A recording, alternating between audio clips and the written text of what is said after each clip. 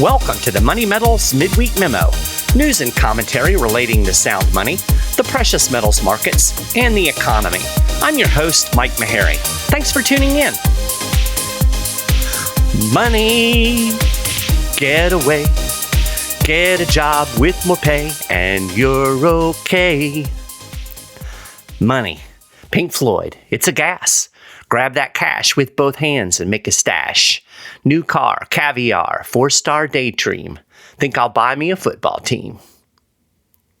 You know, we talk a lot about money. I mean, our lives revolve in large part around making money. What exactly is money? You know, I think for most people, money just kind of begins and ends with like dollar bills, right? People don't really think about what money is, why we even have money, what its purpose is. But there's a lot more to it than just pieces of paper. I mean, why do we use money at all? What makes good money? So today, I thought we would talk about money. And I apologize for the singing at the beginning of the song. It's not easy to sing a tune when you have a different tune playing in your ear. Anyway, I'm coming off of a really long drive. And here's a little word of advice for all of you podcasters out there. Don't plan on doing a podcast episode the morning after a 14-hour plus car drive, especially if you're old, because you start to get tired.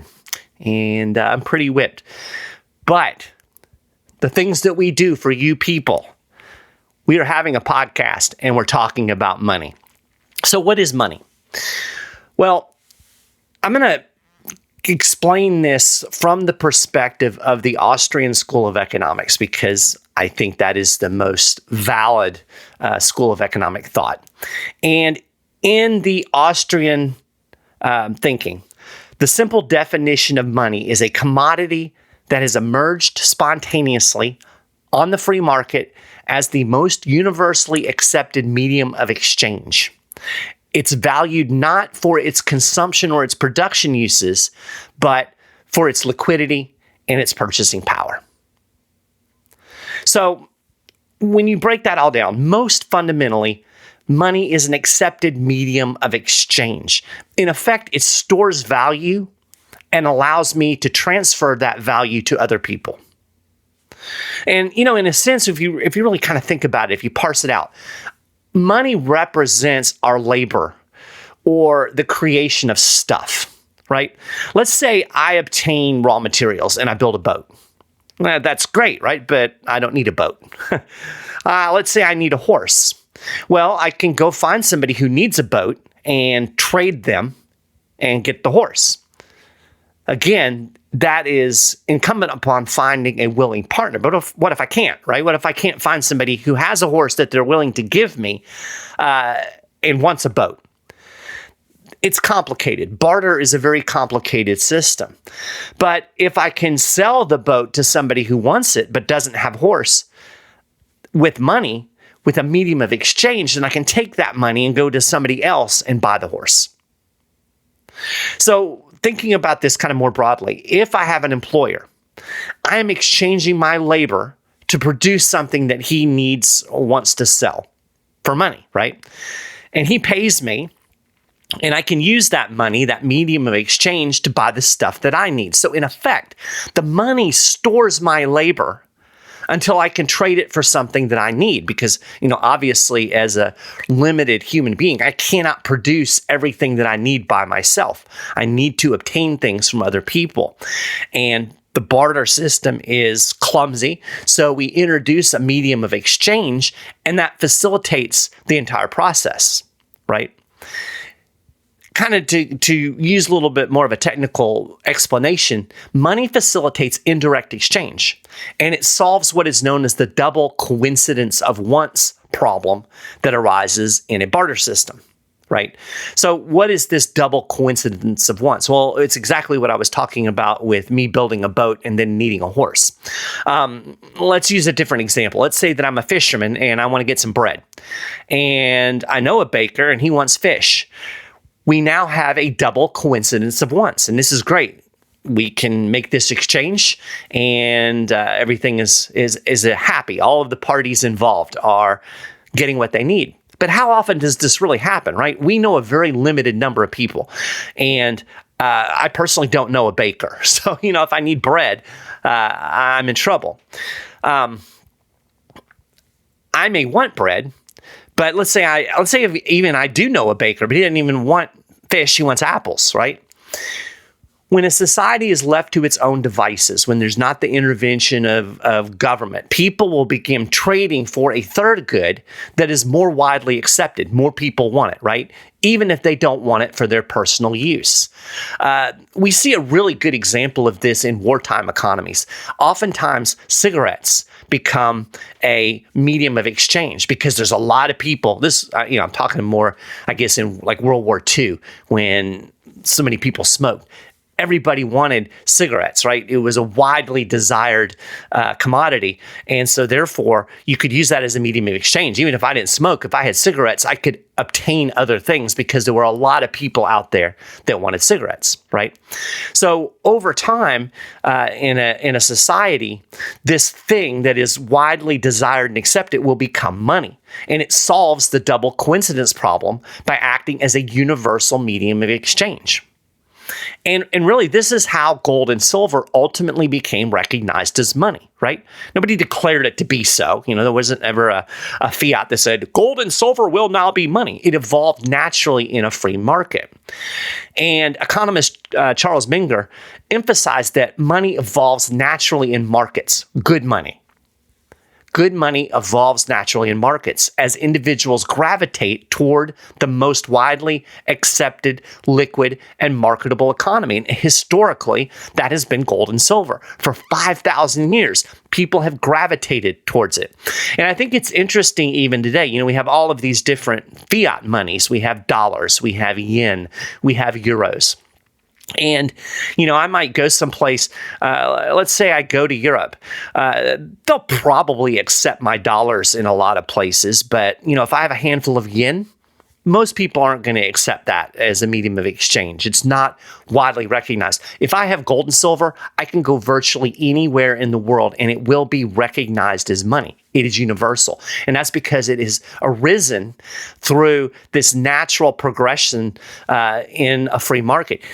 Even with all of the government intervention, we still ended up with gold and silver serving as money.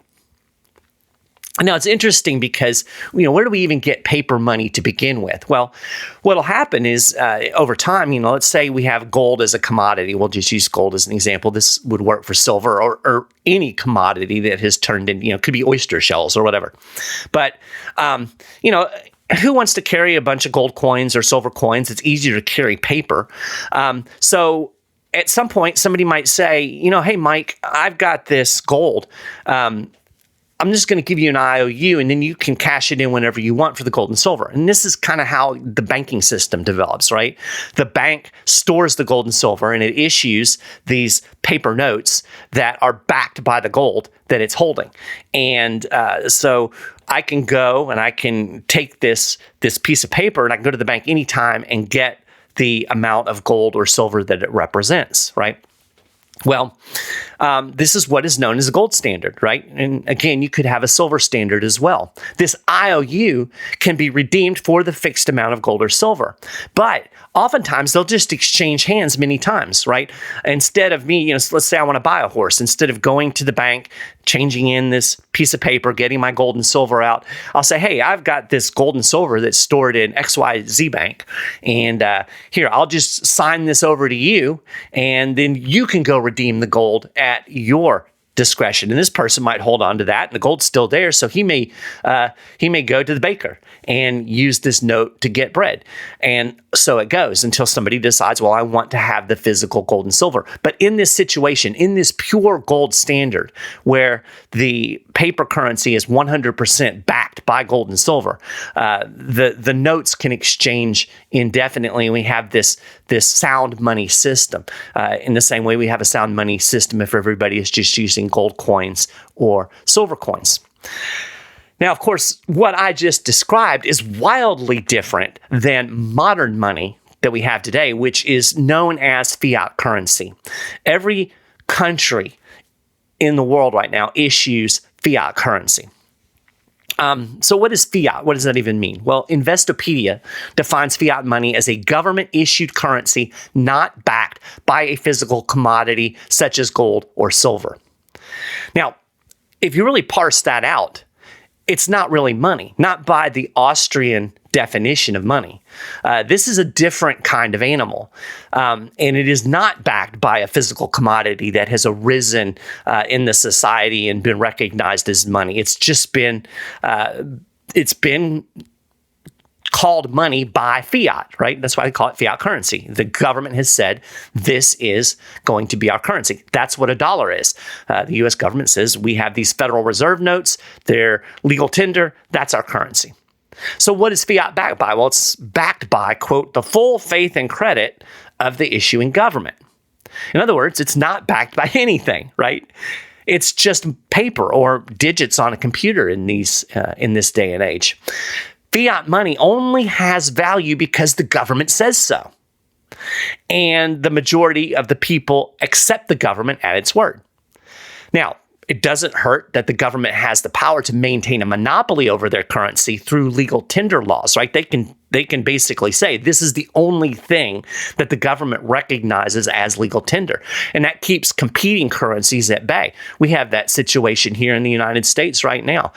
Even though gold and silver are technically legal tender, they're not treated that way. They're taxed. There's all kinds of difficulties in the economic system in actually using sound money. And it keeps the Federal Reserve's monopoly on money. So, again, as I mentioned already, all modern government currencies are fiat. That includes the dollar, the euro, the yen, the yuan, all of them. And since fiat money isn't linked to any commodity, its value effectively floats, right? It's based on supply and demand, along with the stability of the issuing government. Most people express the value of fiat money by comparing it to other fiat money, right? When you hear about a strong dollar, that means the greenback is strong compared to other global currencies. It takes a lot of yen to buy a dollar, right? So that's what we mean by a strong dollar, but it's not anything inherent in and of itself. So what's the problem with fiat? Well, the problem is it is effectively limitless. And if governments had self-control, fiat system might not be so bad. But the fact of the matter is governments can create as much fiat money as they want. And we often refer to this as money printing, although today it's not even that hard, right? You don't have to have a printing press or paper. A government or a central bank can create new money with a few clicks of a keyboard. Economist Thorsten Polyet put it this way: fiat money economies are built on lies. Quote, fiat currencies are produced by central banks and commercial banks, credit expansion. In fact, central banks in cahoots with commercial banks increase the outstanding money supply by extending loans to firms, private households, and government entities. It amounts to money creation from thin air, or, in a way, counterfeiting money. Now, this is the advantage of a hard money, a sound money like gold or silver. You can't counterfeit it, right? You can't print gold. You have to dig it out of the ground. That scarcity is part of what makes it good, strong money. And even so, governments throughout history have tried to debase their currency. They've tried to effectively create more of it by doing things like clipping coins and lowering the gold content in coins. In other words, to make that ounce of gold go further, in effect, expanding the money supply that way. But it's hard to do with the sound money, much more difficult than it is with the fiat system, where all you have to do is have a central bank push interest rates artificially low so that we can have more borrowing and spending, or to simply create money through exercises like quantitative easing, where the Federal Reserve effectively writes a check for money that didn't exist until the moment that check was written. Now, we call this counterfeiting, or Thorsten did. I go to prison for counterfeiting money. The government does it as a matter of policy. But, when you really think about it, there is no fundamental difference between me printing off a bunch of dollar bills and calling it money and the government doing it. I mean, if I could get enough people to believe my paper had value, it could be money too, right? We could have the Maharrey notes and you could go out and buy stuff with them. If everybody believed they had value, they would suddenly have value. Or if, the government suddenly said, you're going to use Maharrey notes and these are great money, everybody would be like, yay, let's use Maharrey notes. I like this idea, but it's never going to happen, right? Sound money, such as gold and silver or currencies backed by a commodity, as we talked about, where you have a banking system where you have paper notes, but they're 100% backed by gold or silver. It's limited by the supply of that commodity, right? Again, I mentioned this already. You cannot print gold or silver. So that means if a country issues gold-backed currencies, the only way it can create more is to acquire more gold. And this limits the issuance of new money, and it minimizes inflation, and it keeps the value of money relatively constrained and constant, right? So think of it this way. When you make more of a thing, the value of the other things decreases, right? Let's say you have 100 widgets. Right? You make 100 more widgets. The value of each widget will decrease, assuming that demand for the widgets is stable. The same is true for dollars. When you make more dollars, each individual dollar is worth less and less. It buys less. Or as Polliott put it, the relentless expansion of the quantity of fiat money causes the purchasing power of the money unit to decline over time. Quote, what is more, increasing the quantity of fiat money creates winners and losers. It is not a win-win game. The early receivers of the new money benefit at the expense of the later receivers. It leads to an unjust and unsocial distribution of income and wealth within society. There is a lot to unpack here, right? The relentless expansion of the quantity of fiat money causes the purchasing power of the money unit to decline over time. That, ladies and gentlemen, is the definition, or it used to be the definition of inflation. Now we just call rising prices inflation, but this is the root of what was once called inflation, this expansion of the quantity of fiat money. The quantity of money and credit expands, the value of money decreases, it buys less, prices go up. It's all of the prices, right? It's not just a few prices over here and a few over there. It raises the entire price level when you engage in this type of fiat money expansion. That is inflation. And I've talked about this before on the show. I talked about it, I believe, last week. This is what inflation is, but they've conflated all of this. They've created all of this confusion, and now most people don't understand this. And it is crucial, absolutely crucial to understand that at its core, price inflation is the result of monetary inflation, right? A lot of things will cause prices to go up. Tariffs will cause some prices to go up. A supply shock will cause some prices to go up. But it doesn't cause all of the prices in the entire system to go up. The only thing that does that is monetary inflation, or as Milton Friedman said, the inflation is always and everywhere a monetary phenomenon. Okay, so obviously we see this inflationary tendency in the fiat dollar economy when you compare the expansion of the gold supply to the expansion in the dollar supply, right? This is really interesting, I think. The above-ground stock of gold has expanded by an average of about 1.2% annually over the last 529 years. Not a whole lot, but that's about how much new gold is discovered and dug out of the ground. About 1.2% annually is the expansion of that supply of gold. In 1960, the average growth in the gold supply is slightly higher. This is since 1960. I think I said in 1960. Since 1960, the average growth has been a little bit higher at 1.8%. And it ranges today from between 1.4% and 2.2% per year. Okay, so that gives you a sense of how fast the gold supply expands. Meanwhile, since 1960, money supply growth varied from a low of 1% in 1993 to a high of 19.1% in 2020. The inconsistency in the growth rates results in frequent and sharp swings in prices. There are either not enough or too many dollars circulating relative to the prevailing level of economic activity. This volatility is part of the boom-bust cycle, right? And then you add a central bank into the equation, manipulating interest rates, running quantitative easing and money creation. Well, that exacerbates the situation even more. And that's why we have these boom bust cycles. We've talked about this quite a bit on the show. We are, I believe, at the very end of the last boom cycle. We're waiting for the bust, and it's around the corner. It's inevitable. But over the long haul, the value of every fiat currency depreciates over time, right? You could theoretically have a stable fiat money system-ish, but you can't have that. It's impossible because of the nature of human beings, the nature of governments. They cannot resist the temptation to create more money. Why? Well, it empowers the government. Money creation allows government to grow. It allows it to spend more. And the more the government can spend, the more power the government has. Money is a source of power for government people. And when they can create it out of thin air, they're going to do it at some point. I say this all the time. The Federal Reserve is the engine that drives one of the biggest, most powerful governments in the history of the world.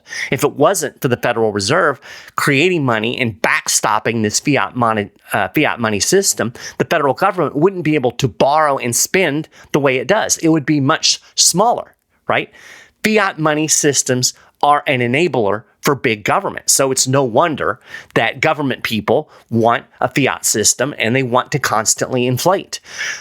I say this all the time as well. Inflation is by design. It is the policy, right? They'll tell you, we're fighting inflation. No, they're not. They're trying to get it to the level where you don't notice it, right? That's the balancing act for government. They want enough inflation to continue to empower themselves without making you too angry. But this is the result of that kind of money creation. Just think about the dollar. The greenback has lost more than 85% of its value since President Richard Nixon severed the dollar from the last vestiges of the gold standard. Now, even then, in the 1970s, it wasn't a pure gold standard.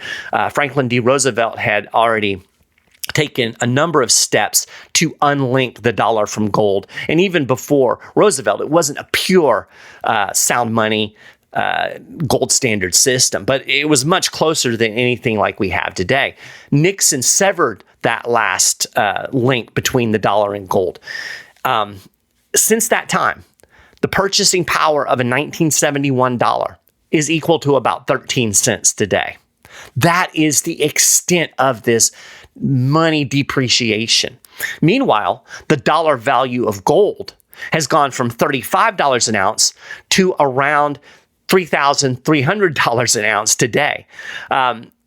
In percentage terms, that's when I was prepping for this show, I was looking back at some of the figures, and at the time, gold was $2,300 an ounce. At the time, that $35 to $2,300 was a 6,471% increase in percentage terms, and now gold is $1,000 higher than it was then. So that just shows you how much and how fast the government is devaluating this fiat money. The other problem with fiat money is it introduces counterparty risk, right? Counterparty risk, in simplest terms, is the possibility that the party on the other side of a transaction might not fulfill its obligation. Well, who's the counterparty behind fiat money?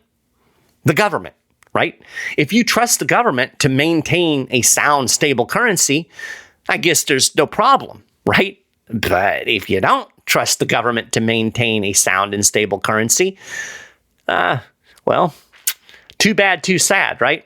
And I don't know about you, but I don't trust the government to do much anything other than to empower itself.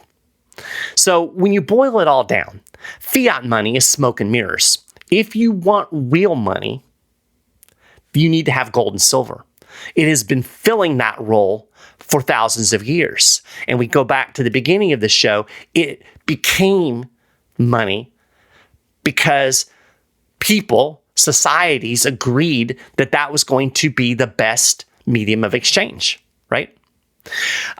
It's interesting. So what makes something a good money, right? We talked about sound money, gold and silver. We've talked about fiat money. What makes something a good money? What inherent properties of a commodity would allow it to kind of bubble up through the system and become money? Well, Aristotle actually listed 4 characteristics of sound money. A good sound money has to be durable, it has to be portable, it has to be divisible, and it has to have intrinsic value. And of course, gold and silver possess all of these characteristics, which is why gold and silver have both served as money for thousands of years. I would add one more characteristic to Aristotle's list of 4. That 5th characteristic is scarcity, right? Iron isn't money because, well, it's common and abundant. You need something that is relatively rare to avoid the problem with fiat money where it can be the money supply can be expanded too quickly. But when you think about these 5 characteristics, Aristotle's 4 and Maharrey's 1, you will recognize very quickly that gold and silver both have all of these characteristics. I'm going to just kind of go over a few points on this. Investor and entrepreneur Roy Seabag talked about gold's durability in an interview a couple of years ago. He said, things rot and evaporate and tarnish. But then there's this thing that, for whatever reason, called gold, is the rarest and lasts forever. And that's what money is. Money is the baseline for all economic cooperation. The Perth Mint actually offers a really cool real-world demonstration of the indestructibility of gold, its durability. 7 times a day, the Mint hosts a public gold pour. And during this demonstration, one of the workers will take a 14-pound bar of gold and melt it at 1,945 degrees Fahrenheit. He then pours it back into a cast iron mold, and within about 90 seconds, it hardens back into a solid gold bar. Now get this, the Perth Mint has melted this exact same gold bar more than 65,000 times since the early 1990s. Still the same gold bar, no matter how many times you melt it, right? Try doing that with your Federal Reserve notes. Now, of course, gold and silver's portability is self-evident, right? I can carry a gold or silver coin in my pocket. Gold and silver's divisibility is equally obvious. I can mold gold into this massive bar, or I can press it into a thin sheet that weighs 1/1000th of a troy ounce. That's how they make the gold backs. If you're familiar with the gold back, gold, they're almost like a gold bill, right? They're this thin, they're laminated, and you can carry it in your pocket just like you would a dollar. It's as thin as paper. So you can make gold or silver into any of these various forms. So it's dividable, right? And then, of course, there's the intrinsic value. Well, and scarcity. I skipped over scarcity. That's pretty self-evident too, right? We talked about how slowly the gold supply builds over times. Then we have the intrinsic value, right? People have always wanted gold and silver. There's something about it. And part of it is just because they're both beautiful, right? I mean, in all likelihood, you own gold or silver jewelry. You're probably wearing gold or silver right now. It's beautiful. We like it. And while the price of gold has fluctuated over time, it's never been zero. I don't think it ever will be, right? Because gold has intrinsic value. Even if we decided we don't want to use this as money ever again, people would still want gold because it makes beautiful jewelry, because it's rare, and it also has utility outside of these things, right? Crazy to me that there are people out there who claim gold is a worthless metal. I've literally heard people on television claim that gold is a worthless metal. Now they're talking about it in terms of investment, but it's just it doesn't make any sense to me, right? There was a CNBC commentator a couple of years ago who made this claim on air. And then there's Warren Buffett, right? He once said, gold gets dug out of the ground in Africa or someplace, and then we melt it down and we dig another hole and we bury it again and pay people to stand around guarding it. It has no utility. Anyone watching from Mars would be scratching their head. What? No utility? I mean, that's just an asinine thing to say, right? Gold is one of the most useful metals in the world. Due to its utility, coupled with its scarcity, gold is also one of the most valuable metals in the world, right? I already mentioned jewelry. Jewelry accounts for something like 45% of gold demand. People want it. It's beautiful. They're going to want to have it. But gold isn't just pretty. The metal's inherent physical and chemical properties make it useful in a lot of industrial and especially technological applications, right? We're increasingly seeing gold used in the tech sector. In fact, gold would probably be used even more if it wasn't as rare and expensive as it is. In the first quarter of this year, tech and industrial applications used about 80.5 tons of gold. And those were primarily used in electronics and computing. Now, 80.5 in the big picture of gold demand is a very small percentage, but 80.5 tons of gold isn't nothing. I mean, that's a lot of gold, right? Quantity-wise, there's a bunch of gold that is going into these technological applications.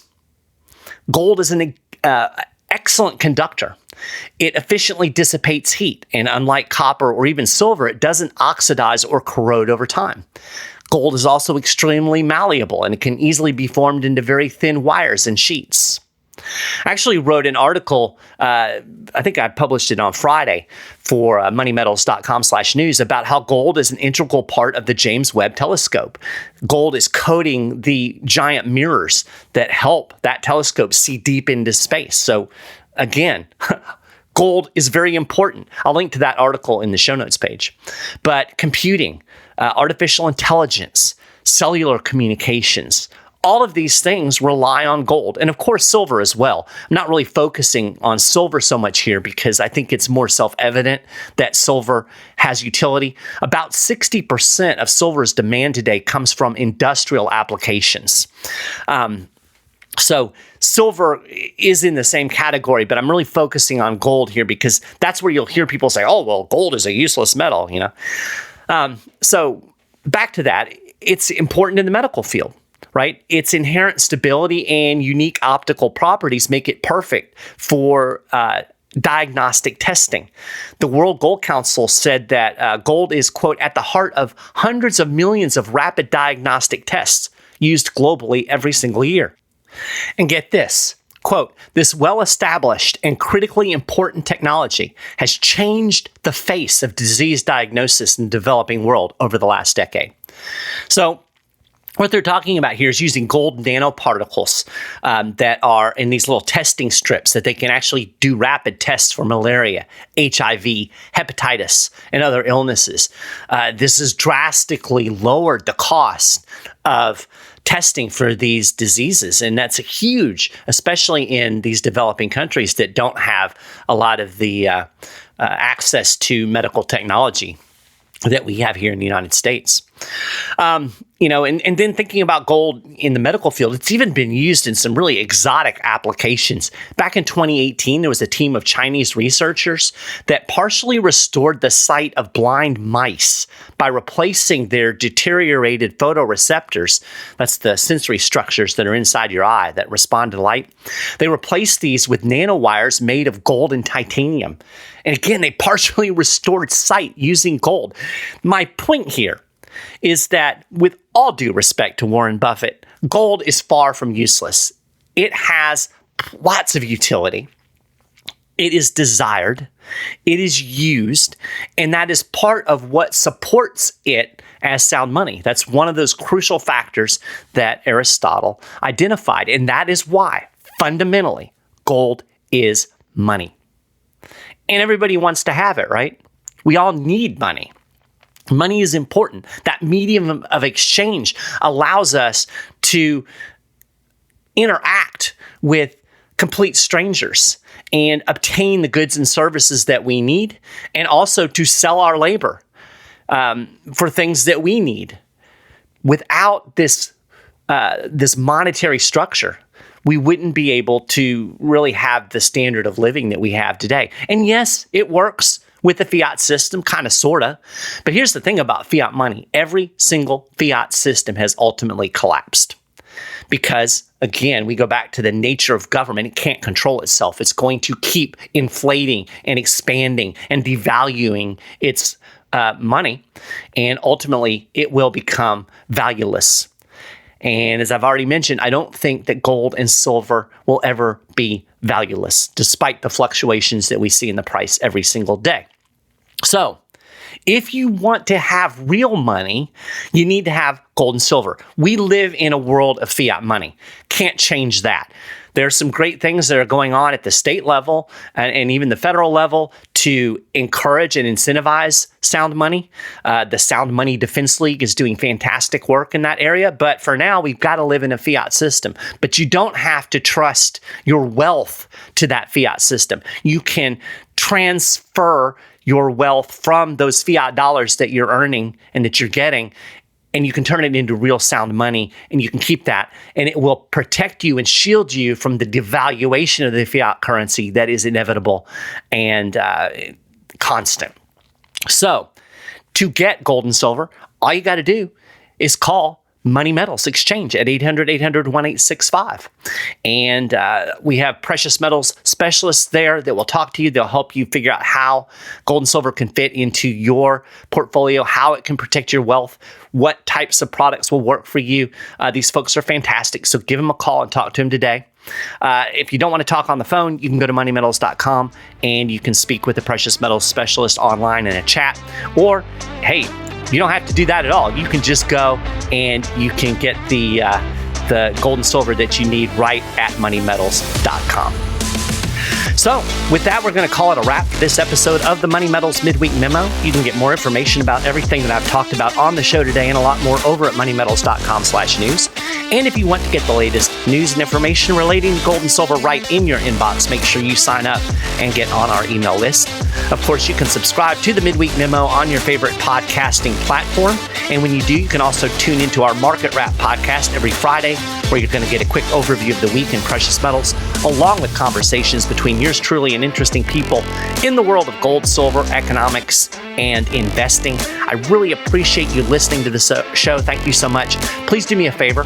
Go to wherever you're listening, leave a good review, hit those 5 stars, share the episodes. It helps us grow the show, and we really appreciate that. With that, I'm going to go take a nap. I hope you have a fantastic rest of your week, and I'll be back again next Wednesday.